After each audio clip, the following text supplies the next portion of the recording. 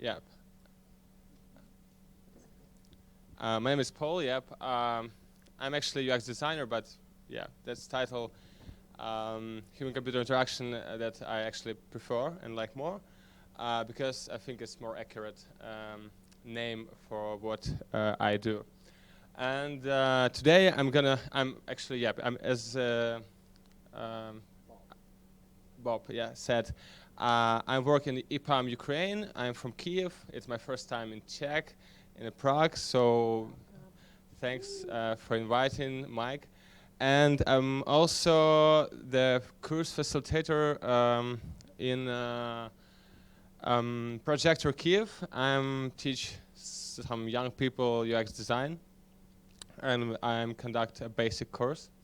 So, but today I'm going to speak with you about time as one of the most essential UX metric, and why it's important, why it's worth to measure it, and why it's interesting to learn math and statistical analysis, of course, to calculate different funny stuff in UX.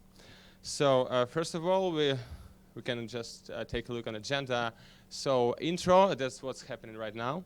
So the second point is why does time matter? Why it's worth to measure it? How actually to measure time? I'm gonna explain you a few approaches. Also, frequently asked questions about time on task. So questions that I think is very important to answer. And how long tasks should take.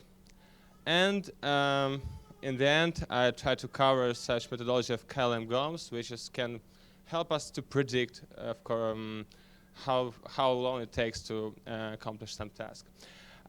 Because of limited time frame, I just cover a high level of each question, because to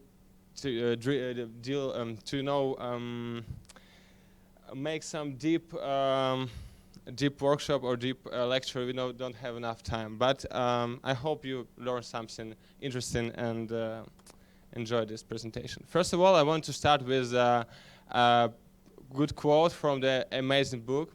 Many in the computer field agree that there is an obvious way to design and better human-computer interfaces. Unfortunately, they disagree on what it is. So this quote from the amazing book, Psychology of Human-Computer Interaction, which I highly recommend to you. The only place you can buy it is Amazon, only in paper version, and it costs not so less, but it's worth it, of course. First of all, I want to remind you, or probably for someone it can be new information, what usability is. Actually, there is a definition defined by American National Institution, Survey Institution, and ISO, Standard 9241, which tell us, so usability is extent to which product can be used by specified users to achieve specified goals with effectiveness, efficiency, and satisfaction in specified context of use. The very important thing that is usability is extent. Once is the accent, smart guys tell us this accent, we should be able to measure it, because we can measure, accent of everything. For example, we can measure the accent of pollution of the ocean or something else. So it's like a degree in which product can be used. So, and once we can measure it, we should pay attention for effectiveness, efficiency, and satisfaction. So these three characteristics that probably that is usability, by the way. So satisfaction, to measure it, we just use such metric like an average satisfaction. You can measure it by various questionnaires and stuff like that.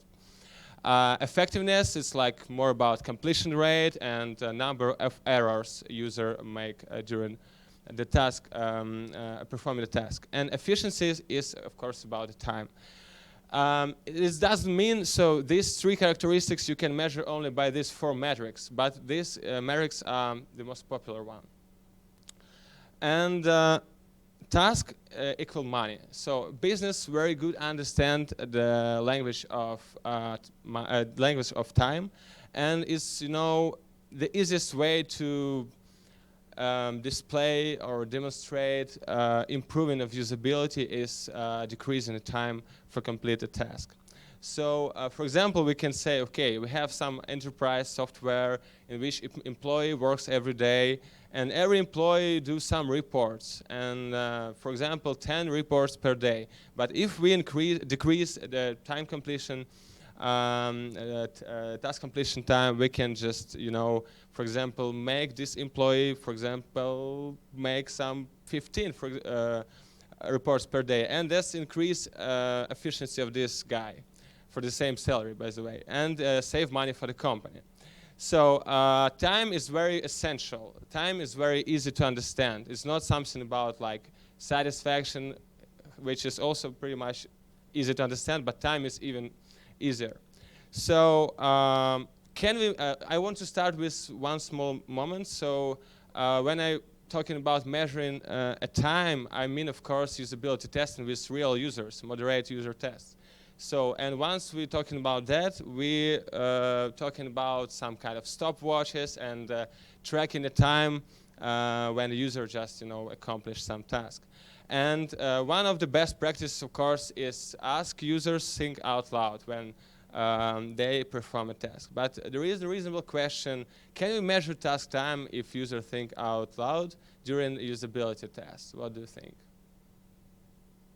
Any thoughts? No, okay, no. Okay, short version is yes. Under this link, you can just find the research and the article why it's actually okay to measure a time when a user speak out loud.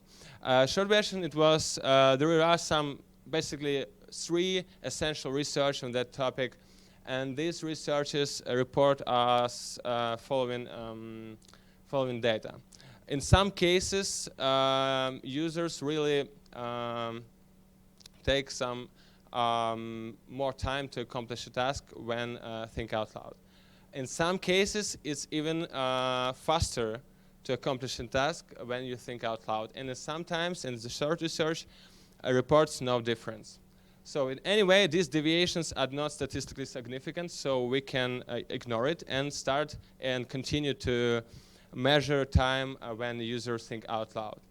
But you should be aware of follow-up questions, of course, because if you start, communicate with your user, you of course increase the time task and and of course it becomes non-relevant. So under the link, you will find more information just to not extend my presentation on that. So, and one of the second question, how to find mean time value. So, okay, if we're talking about a time, I just try to visualize. So, for example, we have some time values for, 10 users for task number 1. And we know, okay, user number 1, okay, 90 seconds. User number 2, 85 seconds. But what does it mean? It tells us actually nothing, because we don't know what time we should, what exactly mean we should find for this. For example, we can try to find median, mode, something else, or arithmetical mean. But there is a recommendation for small samples less than 25 users, use geometric mean. Under the link, you can find, of course, information and research about that that prove my words. So geometric mean is the best mean you can find for samples more than 25 people, because it delivers us more accurate results than, for example, arithmetic mean. So once we get this geometric mean for this sample of users, for those who don't remember how to calculate geometric mean, we should multiply each value and then find the root with number of sample. So yeah, and once we've had this mean, it's like, you can do it on a calculator on Excel, 1-2 clicks. And once we get this geometric mean for first task for all users, it may be interesting, okay, but we need to find what to compare it with, because, for example, our average time 70 seconds, but we don't know is it okay, is it not. And we need to understand how much tasks to take. And that's what my presentation about mostly. So there are different methods how we can identify this. We call it, by the way, specification limit. That's maximum acceptable time for task. So there are many ways how we can just find this value, and a couple of that quite obvious. For example, you can find time value for competitive products or products with recognized user interface. What does it mean? Of course, it means you can find, you have some competitor, for example, it can be even a leader on the market. And you can, if you can just take their interface and do some tests, you can find time value for the same scenario, for the similar use case, and compare it. And in this case, it gives you some context. You now understand, okay, these guys are our direct competitors, has 75 seconds for this scenario. We have 74. Okay, sounds nice. Or you can just find the same value for recognized user interface. What does it mean? It means, for example, if you create some calendar, you can just take, like, for the reference, Google Calendar or Apple Calendar, some interface with widely appreciated interface. The second approach, you can find value for the previous version of your own design. So it's also makes sense because you can just understand what's going on right now, and if you can see improvements, or you can't see. That's can be the case, but that's, I think, also good opportunity to understand meaning of current values. And the third one is very interesting one, because that's something I use right now in my current research. Find time for value for the most satisfied users who complete the task. In the very end, our initial goal, our significant goal, is satisfy user. So, and all these metrics, doesn't matter if we have satisfied user. We have high NPS, we have good quality of satisfaction. That means our users recommend our product to another guys, come back to our product, do some stuff, pay purchase and something. So we're talking about satisfy user. Okay, that's fine. So to use this approach, we need to measure completion rate and satisfaction level after each task during our test session. And sorry, I take some water. And that means, okay, there is a research conducted by Jeff Soro, which tells, based on 2,500 observations, a moderately strong and significant correlation between post-task satisfaction and observed time on task was found. Actually, it's negative 0.5 almost. So that is, as task takes longer, post-satisfaction level goes down. That means nobody likes to spend a lot of time to complete the task. So, and there's a screenshot of satisfaction level survey created by IBM using in this research. So what does it mean? It does mean, so it sounds really reasonable to take time not for all users in just, find a mean for all users, but just take only those who really satisfy with this completion of this task, and for those who complete it successfully. So based on that research, we can say, okay, if user satisfaction level depends very high on time on task, we can say if user satisfy and he has completed task, time it takes to accomplish a task for him, fine, it's acceptable. So my research based on only 15 users. If someone wondering why it's so small, we can talk about it later. It's still relevant and statistical significant, but it's another story. In my situation, based on 15 users' observations, I found a strong and significant correlation between post-task satisfaction and observation time on task, and which is equal almost negative 0.7. It's, for example, is for web version of Dropbox.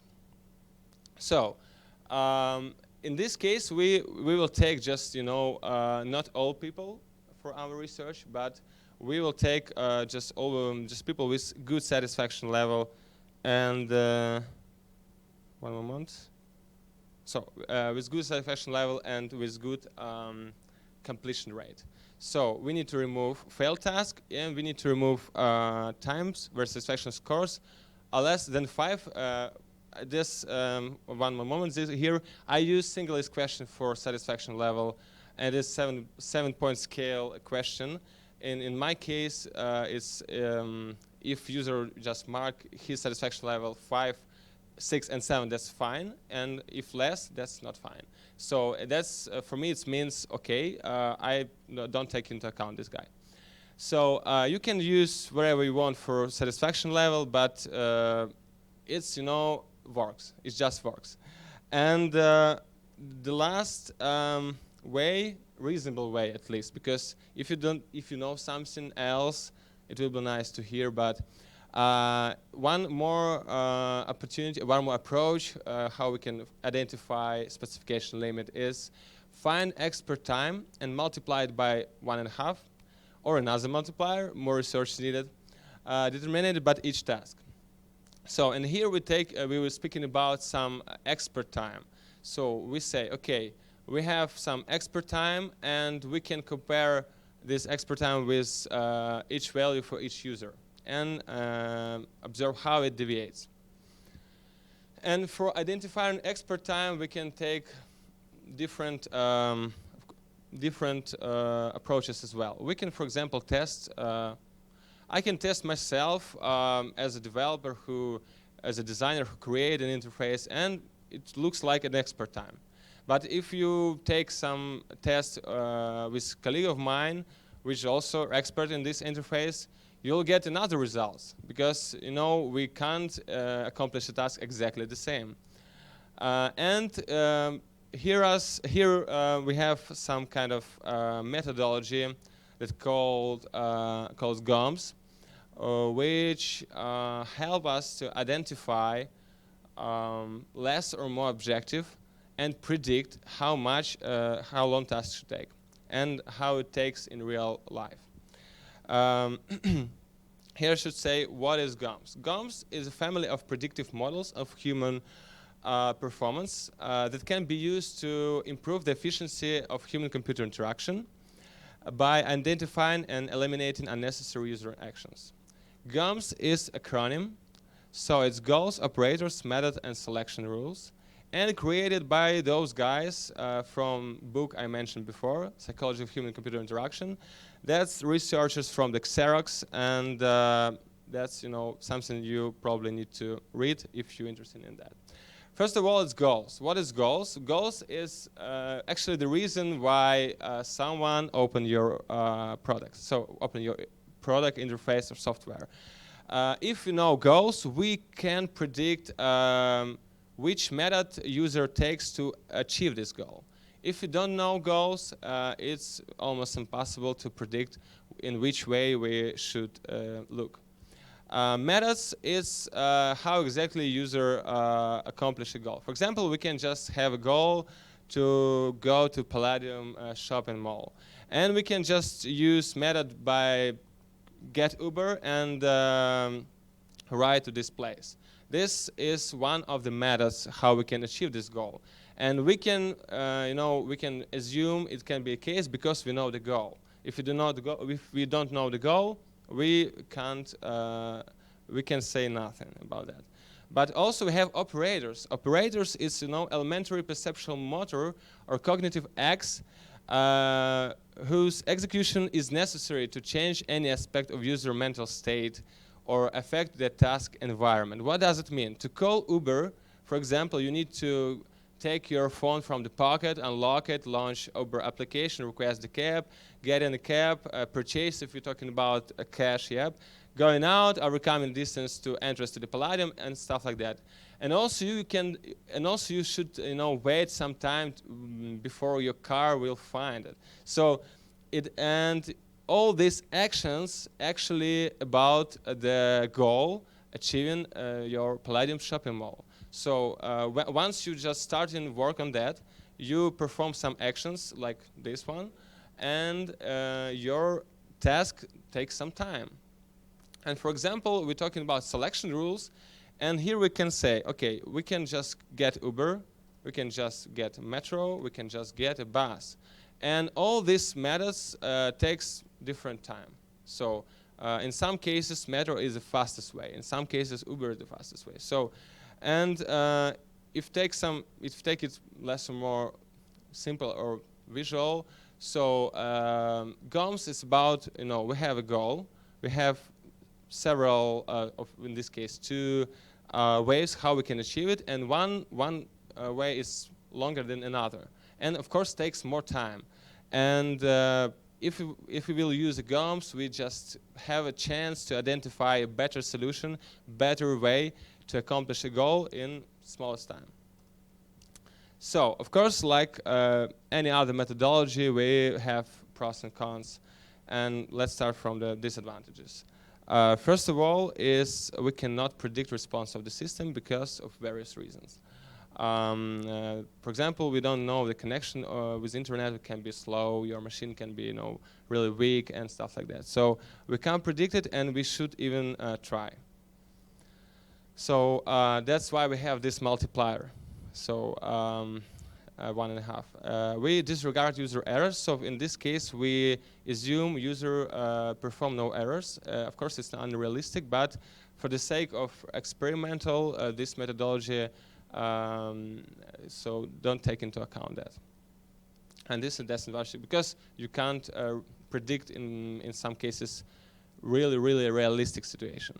And not all operators are described because right now we live in such days when interfaces are changing. For example, for VR, we don't have a lot of operators described by this methodology. But for laptop, desktop, and mobile platforms, everything is fine. Pros.